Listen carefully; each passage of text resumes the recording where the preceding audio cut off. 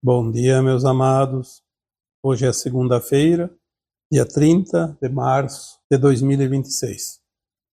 Vamos aqui para mais um vídeo de perguntas e respostas, como fazemos todas as segundas-feiras. A primeira pergunta de hoje diz: por que Jesus sofreu na cruz se ele tinha acesso a todas as dimensões? É verdade que com isso lavou os pecados da humanidade? Então temos aqui uma pergunta dividida em duas partes. Vamos responder primeiro a primeira parte. Por que Jesus sofreu na cruz se ele tinha acesso a todas as dimensões?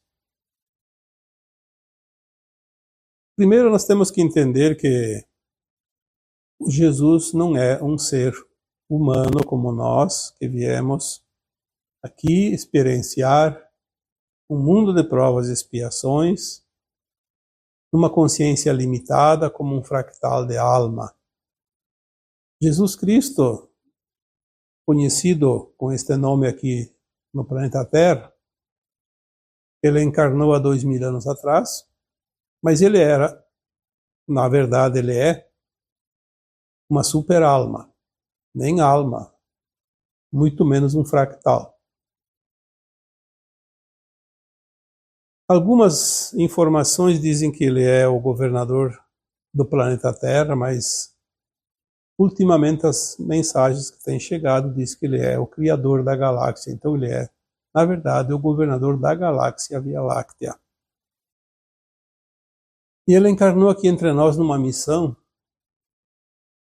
para anunciar a boa nova. Ele não veio aqui para pagar karma e nem para aprender nada. Ele apenas veio em missão. Como uma super alma, ele não podia vir de uma hora para outra, ele precisou se adensar para poder encarnar aqui na forma material, na forma humana, que na energia que ele tem, na sua origem, no seu estado natural, é uma energia muito elevada. E não teria como vir aqui para esse planeta, porque a energia de uma super-alma é uma energia atômica. Provavelmente o planeta não suportaria. Então ele se adensou. A informação que eu recebi alguns tempos atrás diz que ele precisou de 2000 anos para fazer esse adensamento aos poucos, porque ele também não pode se adensar, até por uma questão dele próprio, poder suportar a energia rapidamente adensada. Então ele levou um tempo, e ele vinha numa missão, como veio de fato. E para não perder tempo, porque se precisava 2000 anos para se adensar, uma outra super-alma, do mesmo quilate de Sananda, que é o nome que ele tem, também se preparou e aguardou alguns tempos para ver se o Sananda, que encarnou aqui como Jesus Cristo, na verdade, cumpria com a sua missão. Ele corria o risco de falhar, porque na forma humana, mesmo sendo uma consciência mais elevada, ele também ficou muito limitado em relação àquilo que ele é de fato. Lembrando aqui mais uma vez que ele não é um fractal de alma e também não é uma alma, é uma super-alma. Ele cumpriu a missão, justamente porque ele deixou as mensagens que eram necessárias na época e passou também pelo enfrentamento do sistema da época de governança. Perseguiram ele, julgaram, condenaram, mesmo sendo de uma forma injusta, porque ele não tinha cometido nenhum crime, não tinha cometido nenhuma ação que confrontasse a lei dos homens na época. Mas como ele era um ser iluminado que arrebatava multidões nas suas caminhadas, nos seus sermões, na montanha, no deserto, e os políticos nunca apreciaram muito esse tipo de gente, esse tipo de pessoa, porque eles querem ter exclusividade. Então, as perseguições foram constantes e, por volta lá dos seus 33 anos de idade, foi então crucificado. Ele sofreu na cruz como qualquer humano, porque ele estava na carne, na matéria, no corpo humano. Mas algumas orientações também que nós já recebemos dizem que era prática na época, quando condenava alguém à morte, através da crucificação. Hoje não se crucifica ninguém, tem lugares do planeta Terra que existem leis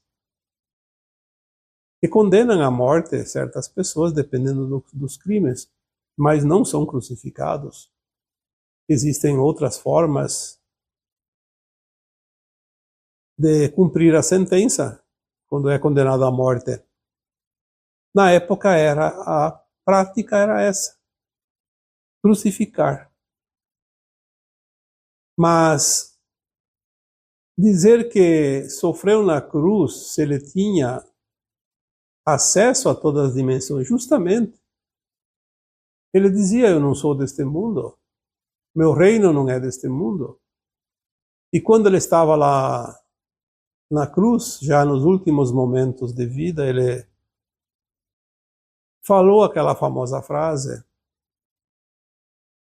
Pai, perdoai-os, porque eles não sabem o que fazem. Ainda assim, naquele momento de dor e sofrimento, ele ainda teve forças para mostrar mais uma vez o seu profundo amor, a compaixão pelos que erram, e também o respeito, pois ele não ofendeu ninguém, não maltratou ninguém, não desmereceu ninguém. Apenas aceitou a sua missão. Esta era a sua missão: mostrar para a humanidade da Terra que precisamos ter amor, compaixão e respeito.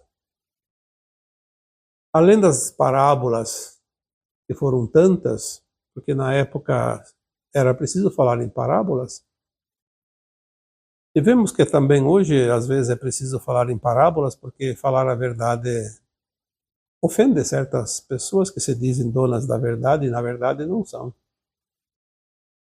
Não são donas da verdade e não são donas de nada, mas se acham donas da verdade. Então, parece que certas coisas não mudaram, principalmente para aqueles que defendem os cargos de poder sobre os outros. Na verdade, é o ego fora do controle que ainda domina muitos humanos. E é por isso que boa parte da humanidade não vai fazer a ascensão agora, no final da transição planetária. Nós não podemos dizer que Jesus sofreu, porque não sabemos nem o quanto ele sofria com isso, já que ele era uma consciência elevada. Porque às vezes o sofrimento não é tanto a dor física, é a não aceitação, é a revolta, é a indignação contra as injustiças. E parece que isso ele não tinha, porque ele sabia que não era preciso nenhum sentimento fora do amor, porque ele ia cumprir a missão e entregava essa missão para a humanidade e voltava para a sua dimensão de direito. Ele podia ter, sim, e tinha acesso a todas as dimensões, mas ele não podia se eximir da missão de passar por o que ele passou, senão ele não cumpria com a sua tarefa. Teria que vir aquele outro espírito que estava já preparado para vir aqui no lugar dele, em seguida. A segunda parte dessa pergunta é verdade que com este gesto ou com isso lavou os pecados da humanidade? Olha, eu acho que essa é uma teoria religiosa que alguém inventou, porque Jesus Cristo não lavou os pecados da humanidade. Isso não existe. Se eu fizer um pecado, aquilo que é considerado pecado, que é uma agressão à lei divina, eu vou pagar por ele, ninguém vai pagar por mim. Isso é querer sair do prejuízo pela tangente. Não há como alguém pagar pelas ações dos outros. Então, eu não considero isso nem um questionamento, eu considero isso apenas uma coisa que não tem lógica. Então as pessoas faziam as maldades e vem ali o Cristo, morre na cruz e lava os pecados de todo mundo. Aonde tem lógica nisso? Eu acho que temos que começar a compreender que tem muitas coisas que foram escritas por humanos, mas não são verdadeiras, são apenas opiniões. Ah, porque está na Bíblia. Eu não sei se está na Bíblia essa frase, mas se está lá, foi um humano que escreveu. Não foi o Cristo que escreveu. É uma dedução de alguém que resolveu colocar dessa forma. Vamos aqui para mais uma pergunta. Espíritos obsessores perturbam minha mãe. Fizemos de tudo, mas eles continuam com a obsessão. Gostaria de um esclarecimento. Essa questão de desobsessão, de encaminhar espíritos, é uma coisa que eu entendo muito bem, porque há quase 20 anos que eu faço esse trabalho. E eu posso dizer que nós não temos nenhum poder sobre espíritos, nem sobre obsessores, sejam almas boas ou ruins, assim como não temos nenhum poder sobre as almas encarnadas. O livre-arbítrio está tanto no encarnado quanto no desencarnado. A desobsessão, ela envolve sempre um processo energético. Quando nós conseguimos uma frequência que faz com que o obsessor abandone aquela pessoa que está sendo obsidiada, mas principalmente quando nós colocamos o amor a serviço da desobsessão. Assim como o encaminhamento de uma alma que está precisando de auxílio, ela sempre tem um resultado mais prático quando colocamos amor no encaminhamento, porque o amor, ele muda tudo. O obsessor, ele não aguenta o amor. Ele simplesmente foge, porque ele fica realmente incomodado com a frequência do amor. O amor, a compaixão, o respeito, no fim, a gente mistura um pouco de cada sensação, mas o obsessor, ele não suporta, então ele abandona aquela vítima. Então diz assim, a minha mãe tem obsessor que perturba, mas fizemos de tudo e eles continuam com a obsessão. Às vezes o obsessor sai um tempo, alguns dias, algumas semanas, e depois volta. Talvez não é aquele, volta um outro, no mesmo quilate, porque quem atrai o obsessor é o encarnado. O encarnado atrai por compatibilidade de frequência. Tirar o obsessor, encaminhar o obsessor de uma pessoa, se aquela pessoa não muda a sua forma de ação no dia a dia, não vai resolver. Às vezes o obsessor, ele está ali porque ele está também equivocado. Então, um bom esclarecimento, esse obsessor vai embora e não volta mais, e outros também não vêm porque são frequências muito particulares. Às vezes uma vingança de uma vida passada, às vezes um desejo de incomodar aquela pessoa para, por tabela, incomodar uma terceira que ela não consegue acessar. Então o obsessor ele usa de argumentos. Obsidiar uma pessoa pode ser um argumento para ferir outra pessoa do grupo familiar. Mas, na maioria das vezes, o obsessor é apenas uma alma que tem simpatia por aquele encarnado. Tem uma frequência. São os parceiros. Eu sei que muitas vezes eu tive contato com espíritos que eram viciados em jogo, bebida, principalmente bebida. Então eles até diziam o nome do bar que eles frequentavam. Por quê? Porque lá tinha encarnados que iam lá beber. Iam lá beber a sua cachaçinha, o seu uísque, a sua cerveja, sua caipirinha. E a alma viciada, quando ela desencarna, o vício continua com a alma, não está no corpo. E ele precisa satisfazer o vício, por um tempo pelo menos. Então ele se satisfaz pelas emanações mentais daquele que bebe. Então eles frequentam os bares, as casas onde tem pessoas que bebem bastante, porque eles sabem que ali eles são atendidos nas suas necessidades. Então eles induzem às vezes também aquela pessoa que tem a tendência da bebida. Eles conseguem, através da frequência mental, induzir a pessoa a beber, mesmo se ela não tem vontade naquela hora. Mas ela tem a tendência, então ela vai e bebe. Aquele que nunca bebe, o espírito não consegue manipular, porque ele não tem vontade, não tem o hábito da bebida. É preciso então entender que obsessores, eles se aproximam pela simpatia do encarnado. É o encarnado que atrai.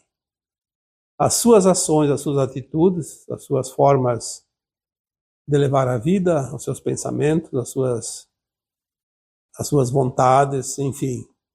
Nós atraímos tanto encarnados quanto desencarnados de acordo com as nossas frequências. Vamos aqui para mais uma pergunta. Eu acho que aqui é um comentário, nem é uma pergunta. Vamos ver. Vivo uma situação difícil com meu ex-marido. Moramos na mesma casa. Não tenho para onde ir. Não dá para conversar, pois ele se irrita e se revolta. Não acredita em nada. Está passando por problemas financeiros. E temos um filho ainda criança. Aqui é uma situação bastante delicada, porque relacionamentos são polidores de almas. E quando tem crianças, tem uma responsabilidade maior. Porque falar bem a verdade, ninguém é obrigado a viver com alguém que não se sente bem. Porque uma coisa é certa, quando uma pessoa é infeliz num relacionamento a dois, são dois infelizes. Mas as pessoas são muito apegadas. Parece que aquele elo que foi ligado ali no início do relacionamento é tão duro de romper que não tem maneiras de se libertar disso. Aí eu diria assim, escuta, volte um pouco para trás. Antes de você estar com este homem, mesmo que você está agora separada, divorciada, porque diz aqui meu ex-marido, mas mora ainda na mesma casa, então vocês estão separados, mas por conveniência moram juntos. Volta mais um tempo, no início do relacionamento. Quando vocês começaram o relacionamento, você estava sozinha, ele também. E não tinha problema nenhum, cada um levava a sua vida. Se a situação não está boa hoje, a solução seria voltar, como quando a gente erra uma estrada, volta no ponto que errou a estrada e começa outro caminho. Mas tem muita coisa envolvida sempre nos relacionamentos afetivos. Aí tem a posse, tem o medo, tem a raiva, tem a culpa, tem a vergonha, tem tanta coisa. E ainda por cima aqui tem uma criança. A criança, obviamente, se é filho dos dois. Aí um não quer abrir exceção, outro não quer assumir responsabilidades e a briga continua, então envolve a criança também e é mais um agravante da situação. Aí tem os problemas financeiros, mas daí como a relação está ruim, a energia também fica ruim, então a prosperidade não prospera em ambiente onde a energia é negativa. O mais lógico seria cada um seguir a sua vida. Pai é pai, mãe é mãe, independente se continuam juntos ou não. A responsabilidade deve ser de igual teor para ambos. Compartilhar a criança para que ela não sinta a falta de um pai ou de uma mãe, porque uma criança que cresce sem o pai ou sem a mãe sempre tem algumas deficiências lá adiante, porque faltou aquele preenchimento dentro da formação da sua consciência, mesmo que seja uma criança. E é aquele que tem condições de ganhar mais, ajudar um pouco o outro para que aquela criança não sofra necessidades. O amor verdadeiro se conhece não quando duas pessoas se encontram para formar um casal, uma família, mas quando se separam.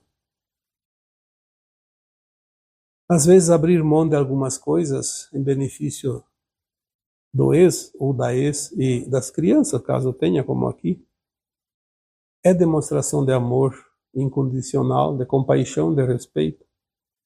Itens necessários para a ascensão das almas, agora nesta última encarnação, nas provas e expiações. Infelizmente é o que menos se vê nas separações, é este tipo de atitude. Então, joga-se por terra uma grande oportunidade de evolução. Porque vai ser difícil, porque aí temos que cada um morar num lugar, é óbvio, vai cada um morar num lugar, tem despesas dobradas, porque luz elétrica, água, internet e tanta coisa. Duas mobílias de casa. Às vezes consegue se juntar com alguém, algum outro familiar e economiza um pouco, já que a situação financeira também está ruim. Mas se conseguisse manter a harmonia e resolver essa questão, se não está bem, já estão separados, continuar junto é prolongar a dor, a discussão, a briga eterna. A prosperidade não vai vir nesse ambiente. O financeiro vai estar cada vez pior. Agora, se cada um fosse arregaçar as mangas e continuar, porque você tem criança, porque os pais não são tão velhos assim. É necessário continuar a vida. Um ambiente mais amoroso traz a prosperidade mais facilmente. Pensar nessas possibilidades. Esquecer um pouco a vaidade, o ego, o orgulho ferido, às vezes, e fazer o melhor. Você não quer fazer para o outro, faça para si mesmo e para a criança. Mas como eu disse, o verdadeiro amor é demonstrado na separação de um casal e não quando se encontram na primeira vez. Então, quem colocou aqui este comentário, essa dúvida, o que fazer, pense sobre isso. Eu sei que depende também do outro, e se o outro não colabora, é difícil, mas Faça pelo menos a tua parte, já que você é a mãe da criança também. Sempre há alguma solução. E vamos aqui para a última pergunta. Você falou em mansos e puros de coração. Jesus falou em mansos e pacíficos. Citar a Bíblia com mensagens distorcidas também é uma maneira de enganar. Aqui também não é uma pergunta, é um comentário. Mas eu achei que devia trazer aqui para responder, porque essa pessoa com certeza, eu acredito que assiste os vídeos, senão ela não teria feito esse comentário. Se essa pessoa assiste os vídeos que são postados aqui no canal, eu acho que tem pelo menos um pouco de consciência mais elevada do que aqueles que não querem saber desse tipo de assunto. Mas eu sinto aqui nesse comentário que esta pessoa, ela tem a possibilidade de expandir a consciência, mas está presa a dogmas. Aqui tem um dogma, porque ela leu na Bíblia isso. Eu não sei o que está escrito na Bíblia. Aliás, eu nunca leio Bíblia, nunca li Bíblia. Tem algumas passagens que eu recebo por canalização que está lá, mas eu, na verdade, nunca li a Bíblia. Mas eu posso discutir a Bíblia com quem quiser. E se está escrito numa Bíblia, para começar, tem Bíblias diferentes, de acordo com a religião. Não são bem iguais. Mas vamos supor que seja a Bíblia que a religião pouco importa. Na Bíblia que essa pessoa leu, está escrito que Jesus falou em mansos e pacíficos. Sim, não tem problema nenhum. Eu falei em mansos e puros de coração, porque é o que me vem quando eu vou fazer uma gravação, as mensagens me são ditadas. Eu acho que mansos e puros de coração é muito mais abrangente, muito mais profundo do que mansos e pacíficos, porque o pacífico já é manso e o manso é pacífico. Mas o manso pode não ser puro de coração, e o puro de coração pode não ser manso. Então acho que é muito mais abrangente, porque completa. Os mansos e puros de coração herdarão a nova terra. Por quê? Porque são pessoas do bem. E tem mais uma coisa. Nós temos que saber interpretar. Às vezes falta para muitos de nós um pouco de interpretação de texto, de mensagens. Eu, quando recebo uma canalização, eu recebo assim como um flash, como se fosse uma cena, uma imagem, ou algumas frases, e eu tenho que desenvolver aquele tema. Ninguém me dita nada e ninguém me passa por escrito nada. Mas para interpretar é preciso estar sem nenhum interesse. Tem que se desnudar dos seus interesses, se despir dos seus interesses. Eu não tenho interesse aqui em convencer ninguém. Eu apenas passo mensagens porque eu vejo que tem gente que gosta e aproveita. O dia que não tiver mais ninguém interessado, eu vou parar de fazer as minhas mensagens e vou fazer aquilo que eu não tenho tempo de fazer hoje. É curtir meus netos, pelo menos. Mas, enquanto tiver gente interessada, eu me proponho a fazer esse trabalho com a melhor das intenções.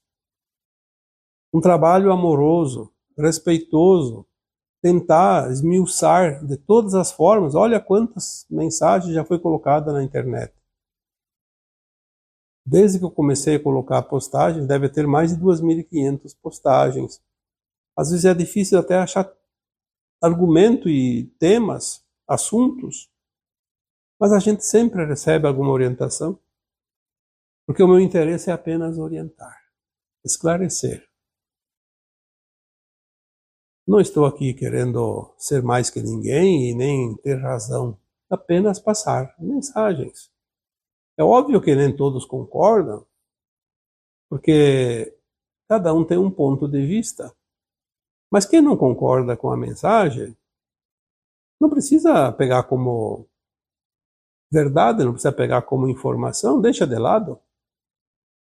Eu posso, às vezes, ler aquilo que uma pessoa publica e tem alguns momentos que eu posso não entender ou não concordar, não tem problema, mas tem coisas que eu vou concordar e vou aprender.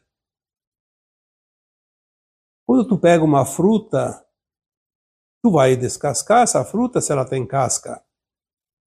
E não vai comer a casca se não é prestável. E se ela tem caroço, tu vai tirar o caroço também. Vai comer a polpa. Agora vai reclamar com a árvore porque a árvore deu um fruto e tem caroço. Eu acho que nós temos que ter bom senso. Às vezes eu vejo que é falta de respeito também.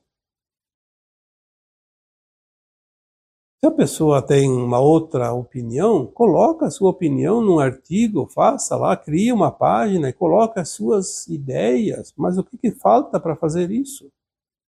Tem tanta gente que pode, de repente, entender melhor do jeito que o outro coloca do que o jeito que eu coloco. Aqui, nas mensagens que eu posto, eu não preciso da aprovação de ninguém. Mas quem aprende, está ali porque quer aprender. E quem não está interessado em aprender, está perdendo o seu tempo. Simples.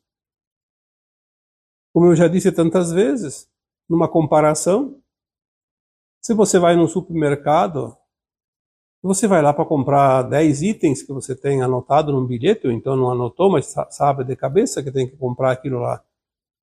Você não vai ficar olhando item por item no mercado, nem que você ficasse um ano lá dentro, você não vai conseguir pegar todos eles na mão e olhar o preço, olhar o que é, qual é a marca.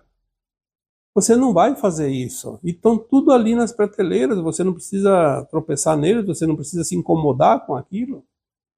Você vai escolher aquilo que te serve, aquilo que você precisa. E aqui o canal faz a mesma coisa. Nós colocamos as postagens 4 vezes por semana, fora os shorts, que também tem mais 3 por semana. Então, praticamente, nós temos postagem todos os dias. Mas não obrigamos ninguém a assistir, nem concordar. Obviamente que tem gente que tem outra opinião, outra ideia, outra interpretação. Mas está tudo certo. No mundo de provas e expiações, ninguém tem a verdade absoluta. Ela é sempre relativa à interpretação, ao conhecimento de cada um que recebe a informação. Eu acho que discussões apenas atrasa a caminhada. Mas cada um tem o seu livre-arbítrio. Na verdade, isso não tem tanta importância. Mas é bom que se deixe claro aqui que ninguém deve concordar com aquilo que eu coloco, porque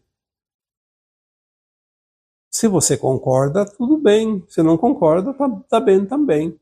Como eu disse, o dia que eu não tiver mais ninguém interessado, eu encerro a minha missão.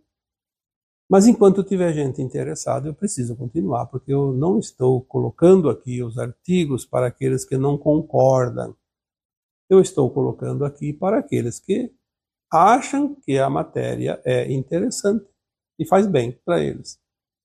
É para esses que eu escrevo, para esses que eu faço os vídeos, é para esses que eu respondo, porque estamos aqui para aprender e juntos. Se eu não gosto da escola que eu estou estudando, eu mudo de escola. É uma coisa óbvia. Ninguém precisa perder seu tempo. Enfim, o que mais aqui me impressionou foi que o comentário diz que Jesus não falou mansos e puros de coração, mas falou mansos e pacíficos. E que citar a Bíblia com mensagens distorcidas também é uma maneira de enganar.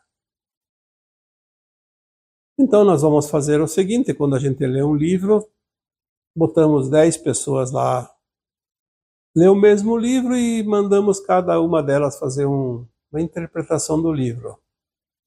E não pode ter nenhuma diferença, nenhuma palavra diferente da interpretação. Eu quero ver quem consegue fazer isso. Aliás, eu nem digo um livro, uma página, um capítulo, uma estrofe. Não tem como todas as pessoas interpretar da mesma forma, porque cada um tem a sua maneira de compreender. E está tudo certo. Querer colocar todos no mesmo saco é o grande problema da humanidade. Se o que faz o progresso de um planeta como a Terra é a diferença de experiências, a diferença de histórias, porque cada um de nós tem uma história. Eu já disse aqui num vídeo mais antigo, se tivesse duas almas aqui na Terra com a mesma história, com a mesma experiência, com o mesmo sentir durante as suas encarnações, uma delas estaria sobrando. Não precisa nem voltar para a fonte, porque não precisa levar duas histórias iguais. Se tem uma, é suficiente.